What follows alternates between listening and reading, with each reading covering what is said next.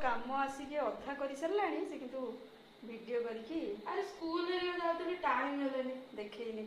ଘୋଡ଼ା କରିଥିଲା ରେ ଘୋଡ଼ା କଲର କରାହେଉଛି। ଘୋଡ଼ା କଟା ହେଇଛି, ସାଙ୍ଗକୁ କହିଥିଲି କାଟିକି ଆଣିଛି ତା ମାମୁଁଙ୍କଠୁ। ଏଇଟା ସବୁ ଧଳା ଦିଆହେଇଛି, ତାପରେ ଏଇଟା ହଳଦିଆ କଲର ଦିଆହେଉଛି। ରଥରେ ହଳଦିଆ ଚାରିଟା ଘୋଡ଼ା ହେଇଛି। ରଥ ଏବେ କଲର ଚାଲିଛି। କଲର ସରିଗଲାଣି, କଲର ଟିକେ ବଡ଼ ରଥ କରାହେଇଛି। ଏଥର ଟିକେ ବଡ଼ ରଥ କରାହେଇଛି। କମ୍ପ୍ଲିଟ୍ ହେଇନି, ଅଧା ଅଧି ହେଇଗଲାଣି। କଲର ଦିଆହେବ ଆଉ କପଡ଼ା ଗୁଡ଼ା ହେବ। ହଳଦିଆ କଲର କାମ ସରିଗଲାଣି, ଆଉ ଅଳ୍ପ ଅଛି। ଘୋଡ଼ା କଲର ଚାଲିଛି ଏବେ।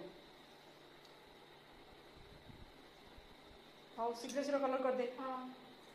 ଆଉ ଟାଇମ୍ ନାହିଁ କଲର କରିକି। ଆଉ ଯେତିକି ରହିଲା କମ୍ପ୍ଲିଟ୍ କରିଛି। 15 ଦିନ ଅଛି ବା।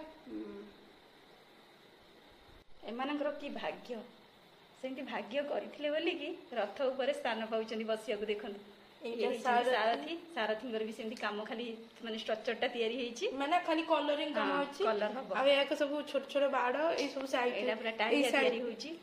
ଏଇ ଯୋଉ ସାଇଡରେ ସବୁ ଲାଗିବ, ଏଇ ବଡ଼ ବାଡ଼, ଏଠି ଟାହିଆ, ଏଠି ଘୋଡ଼ା ଟାହିଆଟା ସେମିତି ଅଧା ତିଆରି ହେଉଛି। ଆଉ ଏଇଟା ଦଧି ନଉତିର ଷ୍ଟ୍ରକ୍ଚରଟା ଚାଲିଛି। ଏଇଟା ଦଧି ନଉତି କାମ ଆରମ୍ଭ ହେଉଛି ରଥର। ରଥ କମ୍ପ୍ଲିଟ୍ ହେବ ଏଥରକ। ରଥ ତାହେଲେ ଜମିଲା। ଚାଲନ୍ତୁ ଦେଖିବା ରଥ ଟଣା କେମିତି ହେଉଛି, ଆଗକୁ ଦେଖିବେ।